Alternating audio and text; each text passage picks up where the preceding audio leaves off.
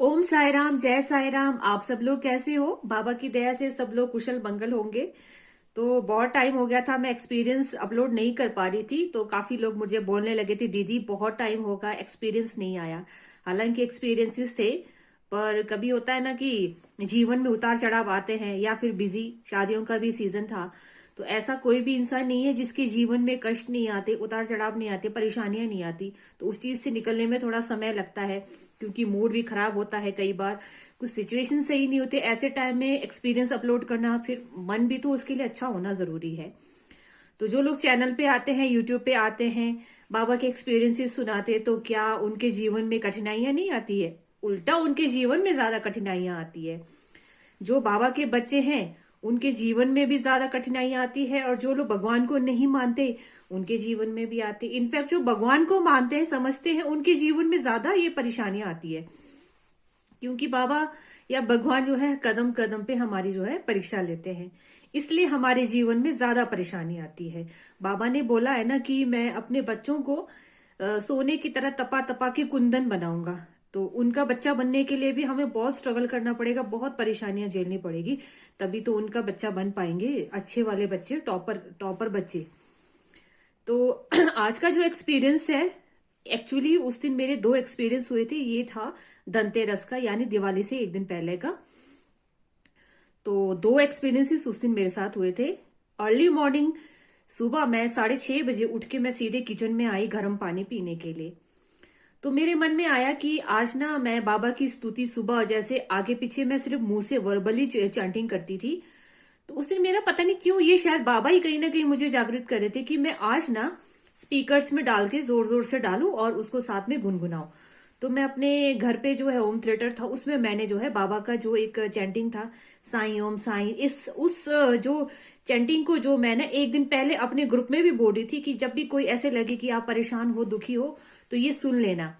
तो अगले दिन मैंने क्या किया, वो मैंने ब्लूटूथ से मैंने उसको कनेक्ट कर दिया, और 6:30 बजे इतने जोर जोर से वो बजने लगा, साईं ओम साईं ओम साईं ओम। इस तरह से बहुत ही प्यारी धुन में है। तो वो मैं जब सुनते हुए अंदर आई, और अंदर आके मैं किचन में आई, मैं अभी भी किचन में ही हूं। तो जैसे ही ये जो ऊपर आपको दिख रहा है ना, ये जो शेल्फ दिख रहा है, इसका देखिए लंबाई कितनी है, लगभग 2.5 फुट लंबी है और 2 फुट चौड़ी, ऊपर से नीचे तक 2 फुट है, इधर से उधर तक जो है 2.5 फुट लंबी है।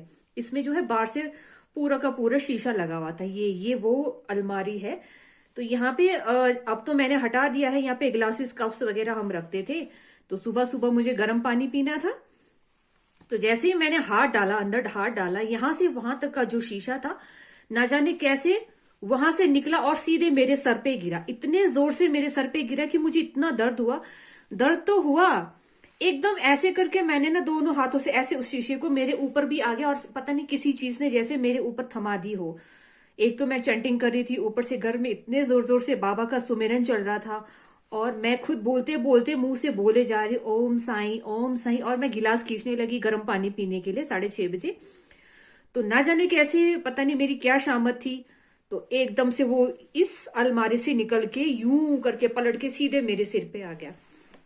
और इतना दर्द हुआ, इतने जोर से, अरे उफ करके मेरे मुंह से ना एकदम आई करके जैसे आवाज आती, ऐसे आवाज भी आई। और पता नहीं कैसे किसी चीज ने मेरे हाथ में थमारी, इतना बड़ा शीशा मैंने ऐसे सिर पे पकड़ लिया ऐसे, और मैं जोर जोर से चिल्लाई। फिर जब मैं चिल्लाई, क्योंकि वो शीशा इतना भारी था, मुझसे उठाया नहीं जा रहा था, तो मेरे पापा भी दौड़ दौड़ के आए। फिर मैंने कहा ये शीशा मेरे ऊपर गिर गया। और देखिए सबसे बड़ी बात, जो बाबा का चमत्कार था, वो शीशा अगर टूट जाता, बीच से अलग हो जाता, तो मेरे सर का तो होता ही कुछ ना कुछ, मेरा सर भी अलग हो जाता, और वो टूट के नीचे गिर जाता तो मेरे पैर भी कट जाते। तो मेरे ऊपर कोई ग्रह जो जो भी था, वो बाबा ने जो है एकदम से खत्म कर दिया। एक बहुत बड़ा मिरेकल था धनतेरस पे, और बाबा का सुमिरन करते हुए। और मुझे पहली बार मैंने ऑडियो में बाबा का सुमिरन सुनना और बोलना, आगे पीछे से वर्बली बोलना। और उस दिन सुबह सुबह मुझे इंस्पिरेशन मिलना कि आज मैं ऑडियो में सुनती हूँ जोर जोर से। और इतने जोर से गिरा, वाकई में मुझे इतना दर्द हुआ कि अगर वो दो टुकड़े या जैसे भी ऊपर मेरे सर पे आके भी अगर टूट जाता, तो मेरा सर तो फटता, मैं बचती ही नहीं। इवन टूट के फिर नीचे आते मेरे सारे पैर कट जाते। अब आप खुद अनुमान लगाइए कितना बड़ा शीशा था, कितना बड़ा वो हमसे दोनों ने उठा के हम वो नीचे लेके गए फिर स्टोर में।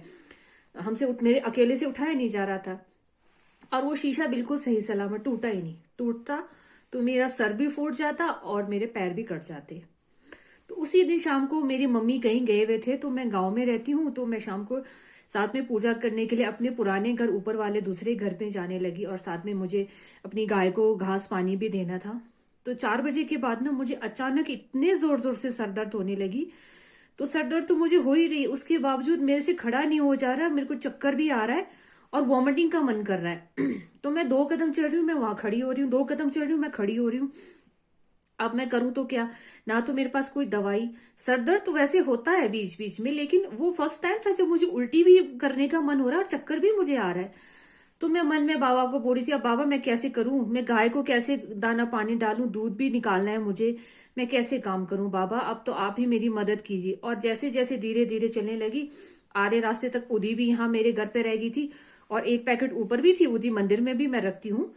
तो मैंने मन में था कि अब जो भी होगा ना वो बाबा ही करेंगे, बाबा ही मुझे जो है ठीक करेंगे, वरना मैं गाय को कैसे दूध निकालूं, मुझसे खड़े नहीं हुआ जा रहा, वॉमिटिंग हो रही है और चक्कर भी आ रहा है, 2 मिनट खड़े नहीं हुआ जा रहा है, चला नहीं जा रहा है।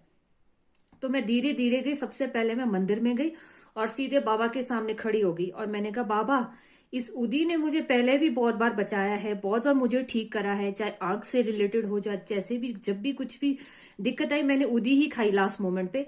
आज मेरी तबीयत बहुत खराब है, मुझे गाय भी दूनी है और उसको घास पानी भी डालना है, बाबा अब जो भी है आखिरी आप ही उम्मीद हो मेरे को ठीक करने का, मुझे ठीक करो। और मैं ये उदी खा रही हूँ तुम्हारा नाम लेकर। और मैंने सीधी पैकेट जो है सीधी मुंह में उड़ेल दी, थोड़ी सी उदी मैंने खाई, और 2 मिनट मैं ऐसे आंखें बंद करके वहीं खड़ी रही, बाबा से मैं प्रे करती रही कि अब आप ही जानो। और मैं धीरे धीरे जैसे बैठी, थोड़ी देर में 5 मिनट, 5 मिनट के अंदर, सिर्फ 5 मिनट नहीं लगे, मुझे ये फील हो रहा है कि मैं ठीक हो रही हूँ।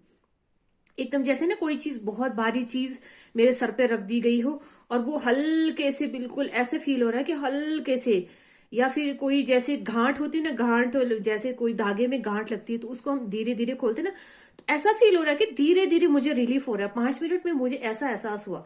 उसके बाद में 10 मिनट और मैंने कहा अब मैं ठीक हो रही हूँ, मुझे पता है। और मैं 5 मिनट के बाद मैं इतनी 50% मेरा सर दर्द कम हो गया और मेरी तबीयत, वॉमिटिंग रुक गई, चक्कर आना बंद हो गया।